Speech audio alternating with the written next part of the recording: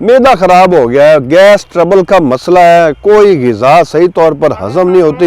ये मसला हर दूसरा तीसरा मरीज़ हमसे डिस्कस करता है। अक्सर मरीज़ आते हैं, वो कहते हैं कि जो ग़िज़ा है जब खाते हैं तो खट्टे ढिकार आना शुरू हो जाते हैं, पेट फूल जाता है, ग़िज़ा सही तौर पर हज़म नहीं होती, कब्ज़ का शिकार हो जाते हैं। ऐसा अगर आपके साथ किसी को भी मसला है तो मैं इसका ख़ास किस्म का एक चूरन बताने लगा हूँ। इसको बनाकर घर में रख लें, आपके बहुत काम आएगा। आप किसी को भी ये चूरन खिला सकते हैं, बच्चा, मर्द, औरत, बूढ़ा, जवान, कोई भी, सब खा सकते हैं। करना क्या है, बाजार से आपने हरीर सब्ज़ लेनी है 50 ग्राम, इसका छिलका लेना है। बेड़े का छिलका लेना है 50 ग्राम। नमक स्याह लेना है आपने 50 ग्राम।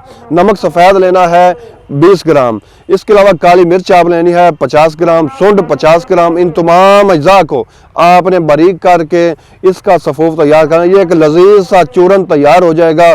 आप किसी को भी इसमें से एक चुटकी हर खाना खाने के बाद एक चुटकी पानी के साथ खिलाएं। इंशाल्लाह मैदे के तमाम अवारदात से इंशाल्लाह आपको छुटकारा मिलेगा। इससे फ़ायदा क्या क्या होगा?